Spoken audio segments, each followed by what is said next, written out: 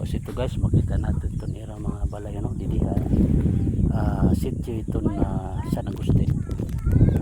Simple lang itong mga balay ito natin mga farmers. Ito.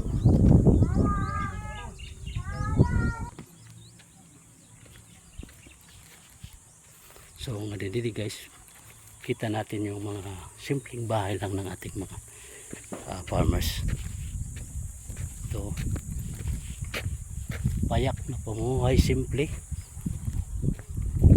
So yung pangunahin talaga nilang pinagkukunan na hanap buhay dito yung pagsasaka.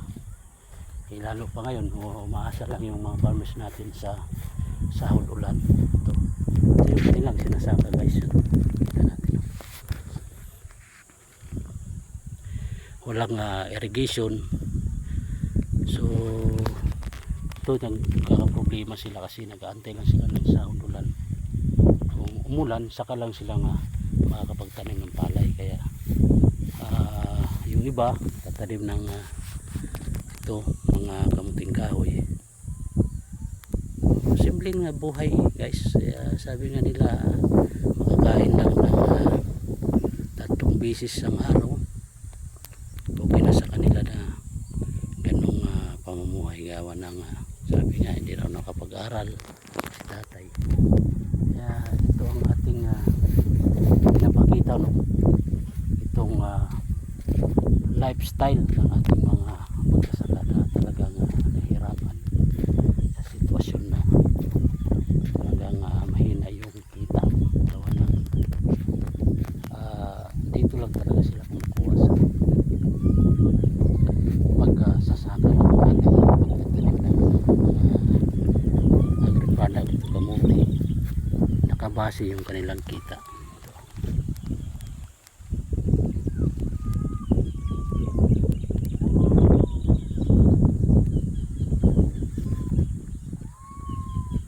Simpleng buhay lang guys talaga.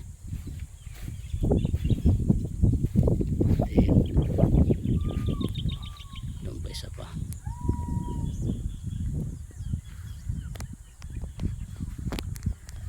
Pag tayo linap na mga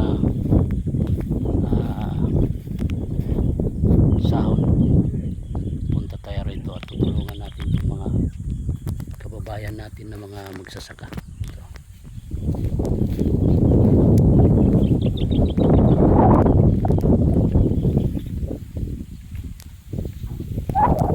Punta tayo doon sa taas.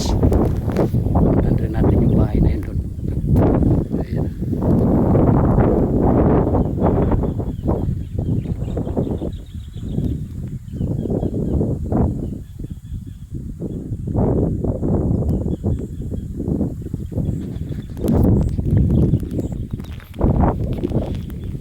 Itong ginagawa ko mga kasangkayan, mga kaibigan, pinapakita natin yung sitwasyon ng ating mga kababayan na mga magsasaka. Pinapakita natin dun sa gobyerno na ganito ang sitwasyon nila, kailangan ng tulong itong ating mga kababayan na ganito ang sitwasyon, mahihirap, diba? Para naman papaglaanan ng pondo ng ating gobyerno na matulungan itong ating mga kababayan sa ganitong sitwasyon, diba? So kaya pinapakita natin, ginagawa natin yung vlog na to dito sa probinsya. Yung simple nila na mayroon lang mga ayuda o assistance na nanggagaling sa gobyerno. Itong ating mga farmers parang ano naman, masabi nila na mayroong gobyerno na tutulong sa kanila.